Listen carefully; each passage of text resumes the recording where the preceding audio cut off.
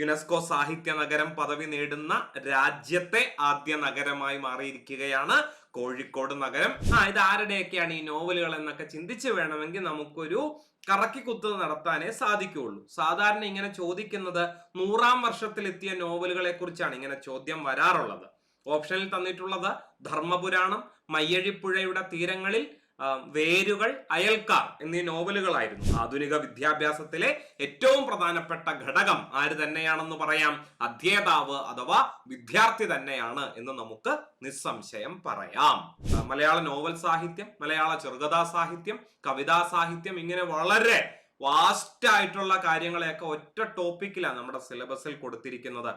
എല്ലാവർക്കും നമസ്കാരം. ഇന്ന് നമ്മൾ എത്തിയിരിക്കുന്നത് ജൂലൈ 6-ാം തീയതി നടന്ന UP പരീക്ഷയിലെ മലയാളം ചോദ്യങ്ങൾ എന്തെല്ലാമായിരുന്നുവെന്നും അവയുടെ ഉത്തരങ്ങൾ എന്തൊക്കെയാണെന്നും ഒക്കെ ഒന്ന് വിശകലനം ചെയ്യുന്നതിന് വേണ്ടിയിട്ടാണ്. വരുന്ന പരീക്ഷകളിലും പ്രത്യേകിച്ച് നടക്കാനിരിക്കുന്ന LP പരീക്ഷയ്ക്കാണെങ്കിലും ഒക്കെ നിങ്ങൾക്ക് ഇത് പ്രയോജനം ചെയ്യും. പരീക്ഷ എഴുതിയവർക്കാണെങ്കിലും എങ്ങനെയാണ് ആ ഉത്തരത്തിലേക്ക് എത്തിച്ചേർന്നത് എന്നൊക്കെ അറിയാനായിട്ട് ഇന്നത്തെ ക്ലാസ് പ്രയോജനകരമായിരിക്കും എന്ന വിശ്വാസത്തോടു കൂടി ആ ചോദ്യപേപ്പർ അവലോകനത്തിലേക്ക് കടക്കുന്നു.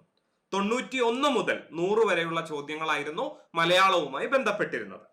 91-ാമത്തെ ചോദ്യം ഇതായിരുന്നു.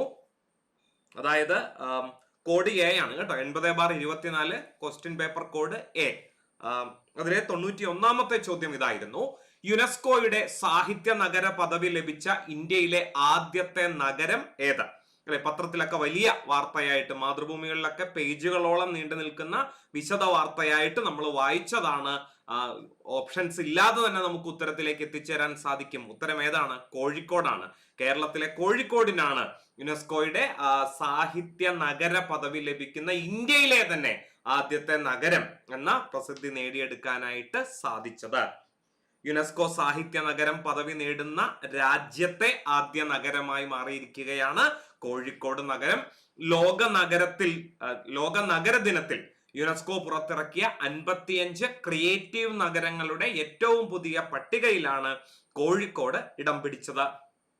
ചെക്ക് റിപ്പബ്ലിക്കിന്റെ തലസ്ഥാനമായ പ്രാഗ് ആണ് സാഹിത്യ നഗര പദവി ലഭിച്ച ലോകത്തിലെ ആദ്യ നഗരം. അതും കൂടി ശ്രദ്ധിച്ചേക്കണം കേട്ടോ. ചെക്ക് റിപ്പബ്ലിക്കിന്റെ തലസ്ഥാനമായ പ്രാഗ്, അതാണ് ഈ യുനെസ്കോയുടെ സാഹിത്യ നഗര പദവി ലഭിക്കുന്ന ലോകത്തിലെ തന്നെ ആദ്യത്തെ നഗരം. രണ്ടാമത്തെ അല്ലെങ്കിൽ 92-ാമത്തെ ചോദ്യം ഇതായിരുന്നു. മലനാട്ടു തമിഴിൽ സംസ്കൃതം ചെലുത്തിയ സ്വാധീനമാണ് ഇന്നത്തെ മലയാള ഭാഷയുടെ ഉൽപ്പത്തിക്ക് കാരണമെന്ന് ആദ്യമായി അവതരിപ്പിച്ച് സമർത്ഥിച്ച ഭാഷാ പണ്ഡിതൻ ആര്? Option A AR Raja Raja Varma, option B CL Antony, option C Elamkulam Kunjan Pillai, option D George Mathan. ശരിയായ ഉത്തരം നമുക്കറിയാം. ഭാഷാ മിശ്രവാദം, അതല്ലേ ഇവിടെ തന്നിരിക്കുന്ന മിശ്ര ഭാഷാവാദം ആരാണ് അവതരിപ്പിച്ചത് എന്ന് ചോദിച്ചാൽ പെട്ടെന്ന് ഉത്തരത്തിലേക്ക് കടക്കാൻ സാധിക്കും. അതിന് പകരം വളച്ചു കെട്ടിയാണ് ചോദ്യം തന്നിരിക്കുന്നത് അല്ലെ. മലനാട്ട് തമിഴിൽ സംസ്കൃതം ചെലുത്തിയ സ്വാധീനമാണ് ഇന്നത്തെ മലയാള ഭാഷയുടെ ഉൽപ്പത്തിക്ക് കാരണമെന്ന് അവതരിപ്പിച്ച് സമർത്ഥിച്ച ഭാഷാ പണ്ഡിതനാരാ? ഇളംകുളം കുഞ്ഞൻപിള്ളയാണ് കേട്ടോ. നമുക്കറിയാവുന്നതാണ്. ഇളംകുളം കുഞ്ഞൻപിള്ളയാണ് ശരിയായ ഉത്തരം. നോക്കിക്കേ, മലയാള ഭാഷയുടെ ഉൽപ്പത്തിയെ പറ്റിയുള്ള പ്രമുഖ സിദ്ധാന്തങ്ങളിൽ ഒന്നാണ് മിശ്രഭാഷാവാദം. എന്താണ് മിശ്രഭാഷാവാദം പറയുന്നേ? ചെന്തമിഴിൽ സംസ്കൃതം കലർന്നാണ് മലയാളം ഉണ്ടായത് എന്ന വാദമാണിത്. ഇളംകുളം കുഞ്ഞൻപിള്ളയാണ് ഈ ഭാഷോൽപത്തിവാദത്തിന്റെ സൈദ്ധാന്തികൻ. നമുക്കറിയാവുന്ന കാര്യമാണ്. അതുപോലെ നോക്കിക്കേ, മലയാള ഭാഷയുടെ ഉൽപ്പത്തിയെ പറ്റിയുള്ള സിദ്ധാന്തങ്ങളിൽ മറ്റൊന്നാണ് ഉപഭാഷാവാദം. തമിഴിന്റെ ഒരു ഉപഭാഷ എന്ന നിലയിൽ രൂപപ്പെട്ട ഭാഷയാണ് മലയാളം എന്ന് ഈ സിദ്ധാന്തം വിശദീകരിക്കുന്നു. FW എല്ലിസ്, ഹെർമൻ ഗുണ്ടർട്ട് തുടങ്ങിയവർ ഇക്കാര്യം ആനുഷംഗികമായി പരാമർശിക്കുന്നുണ്ടെങ്കിലും കാൾഡ്വെൽ ആണ് ഗവേഷണ രൂപത്തിൽ ആദ്യമായി ഉപഭാഷാവാദം എന്ന ഈ സിദ്ധാന്തം ഉന്നയിച്ചത്. അതുപോലെ മറ്റൊരു സിദ്ധാന്തമാണ് ഏത്? പൂർവ തമിഴ് മലയാളവാദം. പൂർവ്വ ദ്രാവിഡ ഭാഷയിൽ നിന്ന് കന്നഡവും തെലുങ്കും വേർപിരിഞ്ഞതിന് ശേഷം പൂർവ്വ തമിഴ് മലയാളം എന്നൊരു പൊതു ഭാഷാ കാലഘട്ടം ഉണ്ടായിരുന്നു എന്നാണ് ഈ സിദ്ധാന്തം ചൂണ്ടിക്കാണിക്കുന്നത്. പൂർവ്വ തമിഴ് മലയാളത്തെ ഇരു ഭാഷകളുടെയും പൂർവ്വഘട്ടമായി വിശദീകരിക്കുന്നവരിൽ പ്രമുഖരായിട്ടുള്ളത് ആരൊക്കെയാണ്? LV Ramaswamy Iyer, Kamil സ്വലബിൽ, SV Shanmugham മുതലായവരാണ്. അതുപോലെ മറ്റൊരു സിദ്ധാന്തമാണ് സ്വതന്ത്ര ഭാഷാവാദം. ഇതൊക്കെ നമ്മൾ ചർച്ച ചെയ്തിട്ടുള്ളതാണ്, എന്നാലും ഒന്ന് ഓർമ്മപ്പെടുത്തുന്നതിന് വേണ്ടിയിട്ട്. തമിഴിന്റെ ഒരു ഉപഭാഷ എന്ന നിലയിൽ രൂപപ്പെട്ട ഭാഷയാണ് മലയാളം എന്ന വാദഗതിയെ നിരാകരിക്കുന്ന സിദ്ധാന്തമാണ് ഏത്? സ്വതന്ത്ര ഭാഷാവാദം അഥവാ മൂലദ്രാവിഡ ഭാഷാ സിദ്ധാന്തം. അതിപ്രാചീന കാലം മുതലേ മലയാളം ഒരു സ്വതന്ത്ര ഭാഷയാണെന്ന നിഗമനമാണ് സ്വതന്ത്ര ഭാഷാവാദത്തിന്റെ വക്താക്കൾ മുന്നോട്ട് വച്ചിട്ടുള്ളത്. പൂർവ്വദ്രാവിഡ ഭാഷയുടെ സ്വതന്ത്ര ശാഖയായിട്ടാണ് Attoor Krishna Pisharody, K Godavarma, doctor K M George, Ulloor S Parameswarayyar, C L Antony അല്ലെ ഭാഷാ സംക്രമണവാദത്തിന്റെ പ്രയോക്താവായ സി എൽ ആന്റണി മുതലായ ഭാഷാ പണ്ഡിതന്മാർ കണക്കാക്കുന്നത്. മറ്റൊരു അല്ലെങ്കിൽ ഏറെ തിരസ്കരിക്കപ്പെട്ട, എല്ലാവരാലും ഉപേക്ഷിക്കപ്പെട്ട മറ്റൊരു സിദ്ധാന്തമാണ് സംസ്കൃതജന്യവാദം അല്ലെ. പേരിൽ തന്നെ ഉണ്ടല്ലോ, സംസ്കൃതത്തിൽ നിന്നാണ് മലയാളം ഉണ്ടായത് എന്ന വാദം. സംസ്കൃത പ്രഭവവാദികളുടെ അഭിപ്രായത്തിൽ സംസ്കൃതമാണത്രേ മലയാളത്തിന്റെ മൂലഭാഷ. സംസ്കൃതം ദേവഭാഷയാകയാൽ മലയാളം അടക്കമുള്ള ഭാഷകൾ സംസ്കൃതത്തിൽ നിന്നാണ് ഉണ്ടായത് എന്നൊരു വിശ്വാസം ഒരു കാലത്തെ സംസ്കൃത പണ്ഡിതന്മാർക്കിടയിൽ ഉണ്ടായിരുന്നു. മലയാളത്തിലുള്ള ഒട്ടധികം പദങ്ങൾ സംസ്കൃത പദങ്ങളോ സംസ്കൃതജന്യ പദങ്ങളോ ആണ് എന്നതാണ് വാസ്തവം. മലയാള ഭാഷയിൽ നമ്മൾ ഇന്ന് ഉപയോഗിച്ചുകൊണ്ടിരിക്കുന്ന, ഇപ്പൊ ഈ സ്ലൈഡിൽ നമുക്ക് കാണാൻ സാധിക്കുന്ന വാസ്തവം, അതിപ്രസരം, പണ്ഡിതൻ തുടങ്ങിയ വാക്കുകളൊക്കെ തന്നെയും, ജന്യം അല്ലെ തുടങ്ങിയ വാക്കുകളൊക്കെ തന്നെയും എന്താണ്? സംസ്കൃതത്തിൽ നിന്ന് കടമെടുത്തിട്ടുള്ളതാണ്.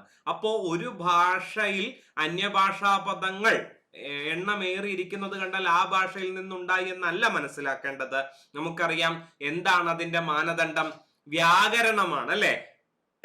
ഏതു ഭാഷയിലെ വ്യാകരണമാണ് ഉപയോഗിച്ചിരിക്കുന്നത് എന്നതിന്റെ അടിസ്ഥാനത്തിലാണ് അത് ഇന്ന ഭാഷയിൽ നിന്നുണ്ടായ ഭാഷയാണ് എന്ന് നമ്മൾ സമർത്ഥിക്കുന്നത്. അത് അല്ലാതെ അന്യഭാഷാ പദങ്ങൾ ഒരുപാട് ഏറി നിൽക്കുന്നത് കണ്ട് അത് ആ ഭാഷയിൽ നിന്നുണ്ടായതാണ് എന്ന് പറയാൻ സാധിക്കില്ല. ഇന്നത്തെ മലയാളത്തിൽ നമ്മൾ അധികവും ഉപയോഗിക്കുന്നത് ഇംഗ്ലീഷ് ഭാഷാ പദങ്ങളാണ്. എന്ന് വെച്ച് അതിന്റെ അർത്ഥം ഇംഗ്ലീഷിൽ നിന്നാണ് മലയാളം ഉണ്ടായത് എന്നാണോ? അല്ലേ അല്ല.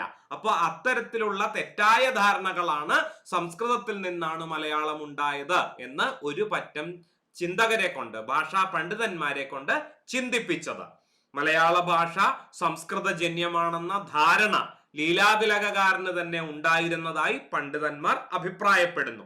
ലീലാതിലകകാരന്റെ ഈ ചിന്താഗതി തെറ്റാണെന്നതും പിന്നീട് എല്ലാവരും അത് തള്ളിക്കളയുകയും ചെയ്തു. ആധുനിക കാലത്ത് പൂർണ്ണമായും ഇതിനെ പിന്തുടർന്നിട്ടുള്ളത് ആര് മാത്രമാണ്? വടക്കങ്കൂർ രാജരാജവർമ്മ മാത്രമാണ്. വേണമെങ്കിൽ വരുന്ന പരീക്ഷയ്ക്ക് നമ്മുടെ അടുത്ത് ചോദ്യം വരാം, സംസ്കൃതജന്യവാദക്കാരൻ എന്ന നിലയിൽ പരിഗണിക്കാവുന്ന പേര് അല്ലെ ഈ തന്നിരിക്കുന്നതിൽ ആരുടേതാണ്? ഒരേ ഒരാളേ ഉള്ളൂ, വടക്കങ്കൂർ രാജരാജവർമ്മയാണ്. അദ്ദേഹത്തിന്റെ സാഹിതി സർവസ്വത്തിലെ ഭാഷാസ്വരൂപ നിരൂപണം എന്ന ഒന്നാം പ്രകരണത്തിൽ അതിദീർഘമായി തന്നെ ഈ വിഷയം അവതരിപ്പിക്കുകയും ചെയ്തിട്ടുണ്ട്. 93-ാമത്തെ ചോദ്യം നമ്മുടെ വിദ്യാഭ്യാസ മനഃശാസ്ത്രവുമായി ബന്ധപ്പെട്ടതായിരുന്നു. വിദ്യാഭ്യാസത്തിലെ ഏറ്റവും പ്രധാനപ്പെട്ട ഘടകം ഏത് എന്നതാണ് ചോദ്യം. അധ്യാപകൻ, അധ്യേതാവ്, അധ്യയന വിഷയം, അധ്യയന മാർഗം. ഇതിലേതാ ശരിയായ ഉത്തരം? അധ്യേതാവാണ് ശരിയായ ഉത്തരം അല്ലെ. അധ്യേതാവ് എന്ന വാക്കിന്റെ അർത്ഥം എന്താണ്? വിദ്യാർത്ഥി എന്നാണ് കേട്ടോ. വിദ്യാർത്ഥി എന്നാണ് പ്രയോഗത്തിന്റെ അർത്ഥം. നമുക്കറിയാം ഏത് സിദ്ധാന്തത്തെ കുറിച്ച് പറയുമ്പോഴും നമ്മൾ എന്താ പറയുന്നേ? ചൈൽഡ് സെന്റേർഡ് അല്ലെ, ശിശു കേന്ദ്രിതം എന്നാ പറയുന്നേ. അപ്പൊ എല്ലാ പുതിയ പുതിയ തീരുമാനങ്ങൾ ഒരു ക്ലാസ് റൂമിൽ എങ്ങനെയൊക്കെയാണ് ഒരു പാഠഭാഗം അവതരിപ്പിക്കേണ്ടത് എന്നതുമായി ബന്ധപ്പെട്ട് എല്ലാ കാര്യങ്ങളിലും നമ്മൾ തീരുമാനമെടുക്കുന്നത് എന്തിന്റെ അടിസ്ഥാനത്തിലാണ്? കുട്ടികളുടെ താല്പര്യം, കുട്ടികളുടെ പ്രായം അല്ലെ, ഇതിന്റെയൊക്കെ അടിസ്ഥാനത്തിലാണ് നമ്മൾ ഒരു വിഷയം എങ്ങനെ ക്ലാസ്സിൽ അവതരിപ്പിക്കണം എന്ന കാര്യം തീരുമാനിക്കുന്നത്. അതുപോലെ തന്നെ പാഠപുസ്തക കമ്മിറ്റി ആ പാഠഭാഗം അല്ലെ ടെക്സ്റ്റ് ബുക്കിൽ ഉൾപ്പെടുത്തിയതിന്റെ അടിസ്ഥാനവും തീർച്ചയായിട്ടും എന്താണ്? അധ്യാപകന് ഇത് എളുപ്പത്തിൽ പഠിപ്പിക്കാൻ പറ്റും എന്ന് വിചാരിച്ചിട്ടാണോ? അല്ല, കുട്ടികളുടെ ഇഷ്ടവും താല്പര്യവും ഒക്കെ മുൻനിർത്തിക്കൊണ്ടാണ് അത്തരം പാഠഭാഗങ്ങൾ ടെക്സ്റ്റ് ബുക്കുകളിൽ ഉൾപ്പെടുത്തുന്നത്. അപ്പൊ തീർച്ചയായിട്ടും ആധുനിക വിദ്യാഭ്യാസത്തിലെ ഏറ്റവും പ്രധാനപ്പെട്ട ഘടകം ആര് തന്നെയാണെന്ന് പറയാം? അധ്യേതാവ് അഥവാ വിദ്യാർത്ഥി തന്നെയാണ് എന്ന് നമുക്ക് നിസ്സംശയം പറയാം. അടുത്ത ചോദ്യം ഇതായിരുന്നു, കാഞ്ചനക്കൂടിന്റെ അഴികൾ കൊത്തിമുറിച്ച പഞ്ചവർണ്ണക്കിളി എന്ന് ഡോക്ടർ എം ലീലാവതി വിശേഷിപ്പിച്ച കവി ആര് എന്നതാണ്. നമുക്കറിയാം ബന്ധുര കാഞ്ചന കൂട്ടിലാണെങ്കിലും ബന്ധനം ബന്ധനം തന്നെ പാരിൽ എന്ന് പാടിയത് ആരാണ്? വള്ളത്തോൾ നാരായണ മേനോനാണ്. അങ്ങനെ ഒരു സൂചന കൂടി, അതറിയാത്ത മലയാളികൾ ഉണ്ടാവില്ലല്ലോ. അപ്പൊ അങ്ങനെ ഒരു സൂചന നമുക്ക് ഇവിടെ കാണാൻ സാധിക്കുന്നുണ്ട് അല്ലെ. കാഞ്ചനക്കൂട് എന്ന ഈ പ്രസ്താവന ആരംഭിക്കുന്നത് തന്നെ കാഞ്ചനക്കൂട്ടിന്റെ അഴികൾ അല്ലെ, അങ്ങനെയാ തുടങ്ങുന്നത്. അതിൽ നിന്ന് തന്നെ നമുക്ക് ഊഹിച്ചെടുക്കാൻ സാധിക്കും ഇത് വള്ളത്തോൾ നാരായണ മേനോനാണ് എന്നത്. ഓപ്ഷനിൽ കുമാരനാശാൻ, പി കുഞ്ഞിരാമൻ നായർ, ചങ്ങമ്പുഴ, വള്ളത്തോൾ എന്നിവരാണ് ഉണ്ടായിരുന്നത്. ശരിയായ ഉത്തരം ഓപ്ഷൻ ഡി ആണ്, വള്ളത്തോൾ നാരായണ മേനോനാണ്. ലീലാവതി ടീച്ചറുടെ ഏറ്റവും പ്രസിദ്ധമായ ഗ്രന്ഥം ഏതാണ്? മലയാള കവിതാ സാഹിത്യ ചരിത്രം.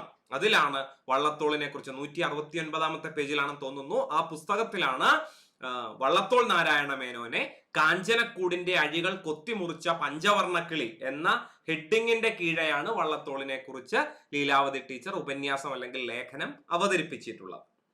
അടുത്ത ചോദ്യം ഇതാണ്. കഞ്ചനേർ മിഴി ബഹുവ്രീഹിയുടെ ഏത് വകഭേദത്തിൽ പെടുന്നു? കഞ്ചം എന്ന വാക്കിനർത്ഥം എന്താണ്? താമര എന്നാണ് കേട്ടോ. കഞ്ചം എന്താണ്? താമരയാണ്, താമരയാണ്. കഞ്ചനേർമിഴി എന്ന് പറഞ്ഞാലോ താമര ഇതൾ പോലെ മനോഹരമായ കണ്ണോട് കൂടിയവൾ എന്നതാണ് ആ കഞ്ചനേർമിഴി എന്ന പ്രയോഗത്തിന്റെ അർത്ഥം. അതാരാണ്? സുന്ദരിയുടെ പര്യായമാണ്. അപ്പൊ നമുക്ക് എന്ത് മനസ്സിലായി? ബഹുവ്രീഹി സമാസമാണെന്ന് തീർച്ചയായി. ഈ ബഹുവ്രീഹിയുടെ പല ഉപവിഭാഗങ്ങളുണ്ട് അല്ലെ. ഉപമാലുപ്തം, ഉപമാനലുപ്തം, ഉപമാഗർഭം. അതിൽ ഏതിൽ പെടുന്നു? ഉപമാഗർഭത്തിൽ പെടുന്നു കഞ്ചനേർമിഴി. ഇത് എവിടെ നിന്നാണ് ഈ ചോദ്യം വന്നതെന്ന് മനസ്സിലായോ? ഇത് നമ്മുടെ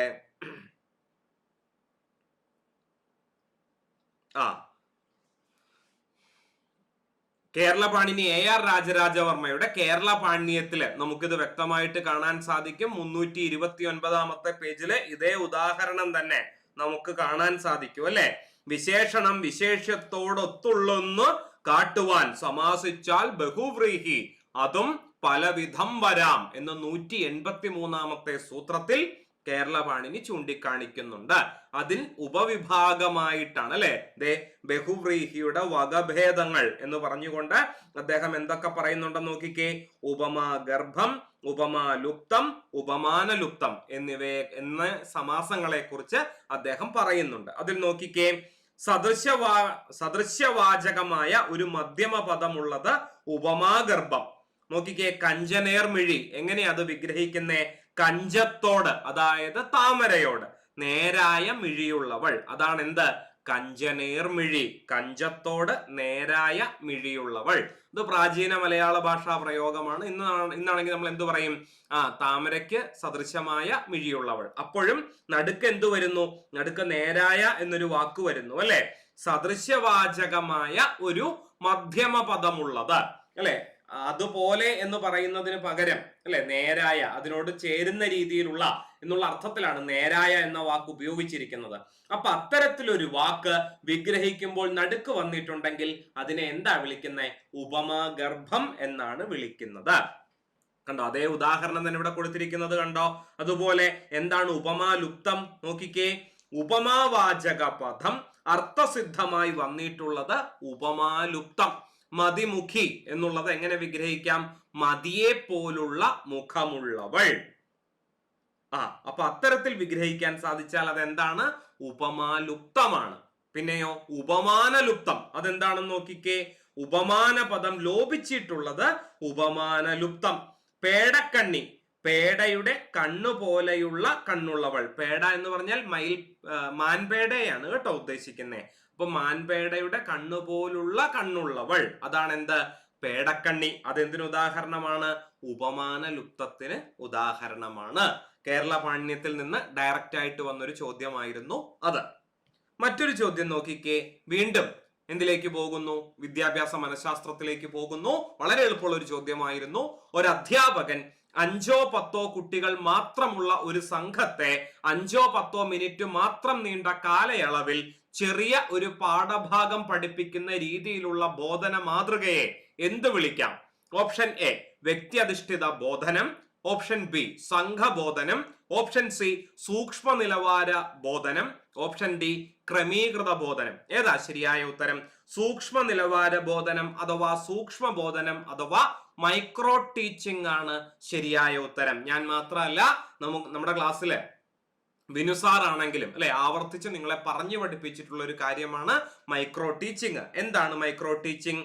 ഇത് ആദ്യം നടപ്പാക്കിയത് 1961 USA സ്റ്റാൻഫോർഡ് യൂണിവേഴ്സിറ്റിയിലാണ്. ഡ്വൈറ്റ് ഡബ്ല്യു അലനും അദ്ദേഹത്തിന്റെ അനുയായികളുമാണ് ഇതിന്റെ ആദ്യത്തെ പ്രോദ്ഘാടകര്. അധ്യാപക വിദ്യാർത്ഥികൾക്കുള്ള പരിശീലന പരിപാടിയാണിത്. സങ്കീർണ സ്വഭാവമുള്ള നിരവധി നൈപുണികൾ ഉൾപ്പെട്ട അധ്യാപനം എന്ന പ്രവർത്തനത്തിന്റെ പഠനത്തിന് ഇത് സഹായിക്കുന്നു. നൈപുണികളുടെ വികാസത്തിനും ഭാഷാ അധ്യാപനത്തിനും ഈ സമീപനം സ്വീകരിക്കാവുന്നതാണ്. അല്ലെ, ക്ലാസ് എടുക്കുന്ന അധ്യാപകരിൽ പലതരത്തിലുള്ള ഗുണങ്ങൾ ഉണ്ടായിരിക്കണം. അല്ലെ, ബോർഡിൽ എഴുതി കാണിക്കാനുള്ള ഗുണം, ക്ലാസ്സിൽ ഒരു കാര്യം അവതരിപ്പിക്കാനുള്ള ഗുണം, സൗണ്ട് മോഡുലേഷൻ, അതുപോലെ തന്നെ അധ്യാപകന്റെ ക്രയവിക്രയങ്ങൾ, എങ്ങനെയുള്ള ശാരീരികമായ ചലനങ്ങൾ, അല്ലെ, അതിലൂടെയൊക്കെ വലിയ കുട്ടികളുമായി വലിയ ക്രയവിക്രയം അവിടെ സംഭവിക്കുന്നുണ്ട്, കൊടുക്കൽ വാങ്ങലുകൾ സംഭവിക്കുന്നുണ്ട്. അപ്പൊ ഈ പറയുന്ന കാര്യങ്ങളുടെ എല്ലാത്തിന്റെയും ആകത്തുകയായിരിക്കണം ഒരു ക്ലാസ് എടുക്കുന്ന അധ്യാപകൻ എന്ന് പറയുന്നത്. അപ്പൊ അത്തരത്തിൽ അധ്യാപകന്റെ ചിലപ്പോ ഈ പറയുന്ന ഗുണങ്ങൾ ഒരു വ്യക്തിയിൽ ആദ്യം തന്നെ ഉണ്ടാകാം, അല്ലെങ്കിലോ പരിശീലനത്തിലൂടെ നേടിയെടുക്കാൻ സാധിക്കുന്ന ഒന്നായിരിക്കാം അത്. എന്തു തന്നെയാണെങ്കിലും പരിശീലനത്തിലൂടെ നേടിയെടുക്കണമെങ്കിൽ എല്ലാം കൂടി ഒറ്റയടിക്ക് നേടിയെടുക്കാൻ സാധിക്കില്ല. അപ്പൊ ഓരോ കഴിവായിട്ട് വികസിപ്പിച്ചുകൊണ്ട് വരാൻ സാധിക്കും. അതിന് സഹായകമാകുന്നതാണ് എന്ത്? Micro teaching. അധ്യാപന പ്രക്രിയയുടെ സങ്കീർണ സ്വഭാവം ലളിതമാക്കുക, ഓരോന്നായിട്ട് പഠിക്കുക. അല്ലെ, എങ്ങനെ അധ്യാപകനാകാം, അല്ലെങ്കിൽ അധ്യാപകന്റെ മാനറിസങ്ങൾ ഓരോന്നായിട്ട് എങ്ങനെ ഗ്രഹിക്കാം എന്നുള്ളത് പഠിക്കാൻ സഹായിക്കുന്ന ഒന്നാണ് ഏത്?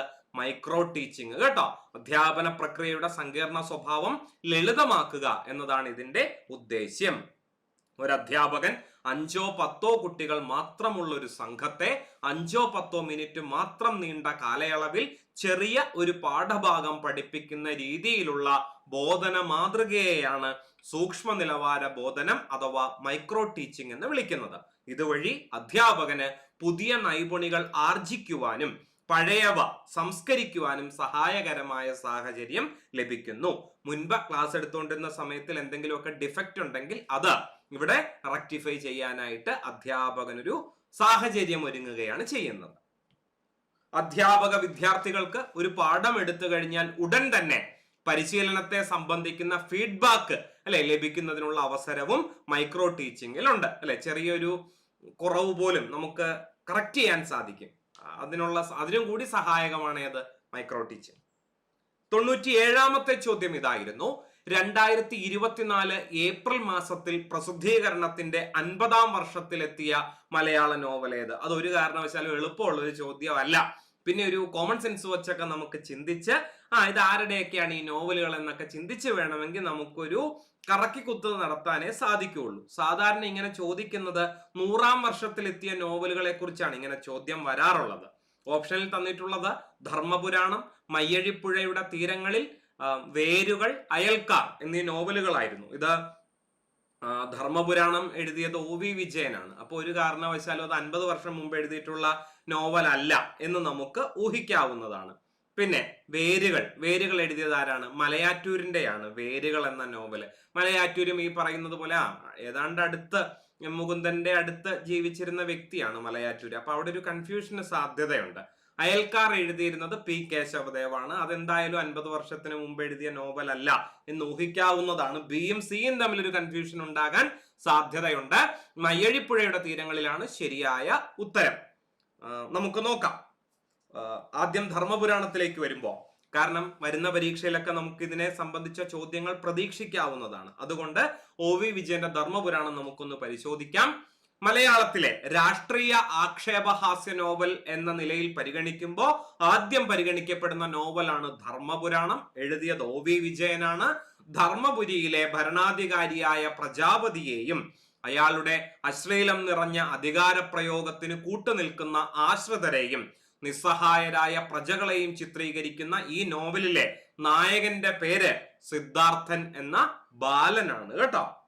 ഞെട്ടിപ്പിക്കുന്ന വിസർജ്യ സംഭോഗ ബിംബങ്ങൾ ചേർന്ന ഈ ഒരു ആഖ്യാന ശൈലിയാണ് ഈ രചനയിൽ OV വിജയൻ സ്വീകരിച്ചിരിക്കുന്നത്. അതിന്റെ പേരിൽ ഒരുപാട് വിമർശിക്കപ്പെട്ടിട്ടുണ്ട്. 1977 മുതൽ മലയാള നാട് വാരികയിൽ ഖണ്ണശാ വെളിച്ചം കൊണ്ട ഈ കൃതി പുസ്തക രൂപത്തിൽ പ്രസിദ്ധീകരിച്ചത് 1985 മാത്രമാണ്. അപ്പൊ 1985 എന്ന് പറയുമ്പോ 2005 വരുമ്പോ അത് എത്ര വർഷമായി? 20 വർഷമായി. പിന്നെ 24 വരുമ്പോഴത്തേക്കും ഏതാണ്ട് 44 വർഷം അല്ലെ, 44 വർഷമാണ് ആയിട്ടുള്ളത്. 2005 വരുമ്പോഴത്തേക്കും 20 കൊല്ലം. പിന്നെ 2024 എന്ന് പറയുമ്പോൾ ഒരു 19 കൊല്ലം കൂടി കഴിഞ്ഞു. അപ്പോൾ 40 കൊല്ലം ആകുന്നതേ ഉള്ളൂ കേട്ടോ. 40ാമത്തെ കൊല്ലം ആകുന്നതേ ഉള്ളൂ. അപ്പോൾ അങ്ങനെ ധർമ്മപുരാണമല്ല എന്ന് നമുക്ക് തീർച്ചയാക്കാൻ സാധിക്കും. പിന്നെ 1977 ആദ്യമായിട്ട് പ്രസിദ്ധീകരിച്ചത്. മലയാള നാട് വാരികയിൽ ആദ്യമായിട്ട് ഇത് അച്ചടിക്കുന്നത് 1977. അങ്ങനെ കണക്കാക്കുമ്പോഴോ അപ്പോഴും കൺഫ്യൂഷന് സാധ്യതയുണ്ട് അല്ലെ. ഒരു 47 കൊല്ലം അല്ലെ, ഒരു 3 കൊല്ലത്തിന്റെ ഡിഫറൻസ് ആണ് ധർമ്മപുരാണവുമായിട്ട് വരുന്നത്. അടുത്തടുത്ത് നിൽക്കുന്ന നോവലുകളാണ് തന്നിരിക്കുന്നത്. പിന്നെ മയ്യഴിപ്പുഴയുടെ തീരങ്ങളിൽ അല്ലെ, M മുകുന്ദനാണ് മയ്യഴിയുടെ കഥാകാരൻ എന്നറിയപ്പെടുന്നത്. M മുകുന്ദനാണ്. ഫ്രഞ്ച് അധീന പ്രദേശമായിരുന്ന മയ്യഴി പശ്ചാത്തലമാക്കി M മുകുന്ദൻ എഴുതിയ നോവലാണ് മയ്യഴിപ്പുഴയുടെ തീരങ്ങളിൽ. 1974 ഈ കൃതി പ്രസിദ്ധീകരിക്കപ്പെട്ടത്. അങ്ങനെ ഇത് 2024 മയ്യഴിപ്പുഴയുടെ തീരങ്ങളുടെ 50ാം വർഷമാണ്. അധിനിവേശം രൂപപ്പെടുത്തിയ മയ്യഴിയുടെ രാഷ്ട്രീയ സാമൂഹിക ചരിത്രങ്ങളും മനോഭാവങ്ങളും ചിത്രീകരിക്കുന്ന ഈ കൃതിയിൽ ഇന്ത്യൻ യൂണിയനിൽ ചേരുക വഴിയുള്ള മയ്യഴിയുടെ വിമോചനത്തെ പിന്തുണച്ചും ഫ്രഞ്ച് ഭരണത്തിന്റെ തുടർച്ചയ്ക്ക് അനുകൂലമായുള്ള നിലപാടുകൾ സമാന്തരമായി പ്രത്യക്ഷപ്പെടുകയും ചെയ്യുന്നുണ്ട്. അടുത്തത് മലയാറ്റൂരിന്റെ വേരുകളിലേക്ക് വരുമ്പോ മലയാറ്റൂര് തൂലികാനാമമാണ്, ശരിയായ പേര് മലയാറ്റൂർ രാമകൃഷ്ണനാണ്. 1966 പ്രസിദ്ധീകൃതമായ ഈ നോവൽ ആത്മകഥാസ്പർശമുള്ള നോവലാണ്. 1967 കേരള സാഹിത്യ അക്കാദമി അവാർഡും ഈ നോവലിന് ലഭിക്കുകയുണ്ടായി. ദൈന്യത മുറ്റിനിന്ന ജീവിത സാഹചര്യത്തിൽ വളർന്ന് IAS നേടി സൗഭാഗ്യങ്ങളിൽ എത്തിച്ചേരുന്ന രഘു സമ്പന്നന്റെ മകളായ ഗീതയെ വിവാഹം കഴിച്ചതോടെ തന്റെ കീഴടങ്ങലിന് തുടക്കം കുറിച്ചു എന്ന സത്യം വേദനയോടെ മനസ്സിലാക്കുന്നു. നഗരത്തിലെ അന്തസ്സ് നിറഞ്ഞ ജീവിതത്തെ പിന്തള്ളി ഗീതയുടെ താല്പര്യങ്ങളെ എതിർത്ത് പിതാവിന്റെയും പിതാമഹന്മാരുടെയും ഓർമ്മകൾ പേറി നിൽക്കുന്ന ഗ്രാമത്തിലേക്ക്, അതിന്റെ വിശുദ്ധിയിലേക്ക് മടങ്ങുന്നിടത്താണ് കഥ അവസാനിക്കുന്നത്. അതിമനോഹരമായ നോവലാണ് മലയാറ്റൂരിന്റെ വേരുകൾ. നമ്മളൊക്കെ ഒരു ജീവിതം നയിക്കുമ്പോഴും നമ്മുടെയൊക്കെ തായ് വേരുകൾ അല്ലെ മറ്റു പലയിടങ്ങളിലും മറ്റു പലരുടെ ഹൃദയത്തിലുമാണെന്നുള്ള തിരിച്ചറിവ് ഈ നോവൽ നൽകുന്നു. മറ്റൊരു നോവൽ P. കേശവദേവിന്റെ അയൽക്കാരാണ്. 60 വർഷമായി അല്ലെ. 74 മയ്യഴിപ്പുഴയുടെ തീരങ്ങൾ പ്രസിദ്ധീകരിച്ചതെങ്കിൽ 64 അയൽക്കാർ, P. കേശവദേവിന്റെ അയൽക്കാർ പ്രസിദ്ധീകരിക്കുന്നത്. ആ വർഷത്തെ കേന്ദ്ര സാഹിത്യ അക്കാദമി അവാർഡ് കൂടി ലഭിച്ച നോവലാണ് അയൽക്കാർ. മയ്യഴിപ്പുഴയുടെ തീരങ്ങളിൽ എന്ന നോവലിന്റെ 2ാം ഭാഗമായ ദൈവത്തിന്റെ വികൃതികൾ എന്ന നോവലുണ്ട്. അറിയാമായിരിക്കും, M മുകുന്ദന്റെ ദൈവത്തിന്റെ വികൃതികൾ. അത് അതേ പേരിൽ സിനിമയാക്കിയിട്ടുണ്ട്. അതിനാണ് ആ വർഷത്തെ കേന്ദ്ര സാഹിത്യ അക്കാദമി അവാർഡ് ലഭിക്കുന്നത് കേട്ടോ. M മുകുന്ദന് കേന്ദ്ര സാഹിത്യ അക്കാദമി അവാർഡ് നേടിക്കൊടുത്ത നോവൽ മയ്യഴിയല്ല, അതേതാണ് ദൈവത്തിന്റെ വികൃതികളാണ്. ഇത് അയൽക്കാർ. P. കേശവദേവിന് കേന്ദ്ര സാഹിത്യ അക്കാദമി അവാർഡ് നേടിക്കൊടുത്ത നോവലാണ് അയൽക്കാർ. 1964 വർഷം. കേരളത്തിലെ സാമൂഹിക സാംസ്കാരിക രംഗങ്ങളിൽ ഒരു കാലഘട്ടത്തിലുണ്ടായ പരിവർത്തനങ്ങളുടെ ചിത്രം കരുത്തോടെ ആവിഷ്കരിക്കുകയാണ് അയൽക്കാരിലൂടെ P. കേശവദേവ് ചെയ്തിട്ടുള്ളത്. അടുത്ത ചോദ്യം വളരെ എളുപ്പമുള്ള മലയാളം വൊക്കാബുലറിയിൽ നിന്നായിരുന്നു. താഴെ കൊടുത്തിരിക്കുന്ന വാക്കുകളിൽ ശരിയായവ ഏതെല്ലാം എന്നതാണ് ചോദ്യം. അടിമത്വം, യാദൃച്ഛികം, വിമ്മിട്ടം, പ്രവൃത്തി എന്നിവയാണ് കൊടുത്തിരുന്നത്. നമുക്കറിയാം, ക്ലാസ്സിൽ നമ്മൾ പറഞ്ഞു പഠിച്ചിട്ടുള്ളതാണ്. തനത് മലയാള പദമാണെങ്കിൽ അതിന്റെ ഒടുവിൽ ഒരു കാരണവശാലും ത്വം വരില്ല, തമ്മേ വരുള്ളൂ എന്ന് നമ്മൾ പറഞ്ഞു പഠിച്ചിട്ടുണ്ട്. അതിന്റെ അടിസ്ഥാനത്തിൽ അടിമത്തം ആണ് ശരിയായ പദം എന്ന് നമുക്കറിയാം. അതുപോലെ യാദൃച്ഛികം എന്ന വാക്ക് ഇത് ശരിയാണ്. എല്ലായിടത്തും എഴുതി കാണുന്നത് യാദൃശ്ചികം ഇങ്ങനെയാ കാണുന്നത് അല്ലെ. ചായും ചായും കൂടി ചേർത്ത് എഴുതിയാ കാണുന്നത്. പക്ഷെ ഇത് തെറ്റാണ് എന്ന് നമുക്കറിയാം. യാദൃച്ഛികം എന്ന് എഴുതുന്നിടത്ത് ചായും ചായുമാണ് ചേരേണ്ടത്. അതുപോലെ സംസാരത്തിന്റെ ഇടയിൽ കടന്നു വരുന്ന വാക്കാണ് വിമ്മിഷ്ടം. നമ്മൾ പറയാറുണ്ട് അല്ലെ, അസ്വസ്ഥത എന്നുള്ള അർത്ഥത്തിൽ വിമ്മിഷ്ടം എന്ന് പറയുന്നു. അത് തെറ്റാണ്.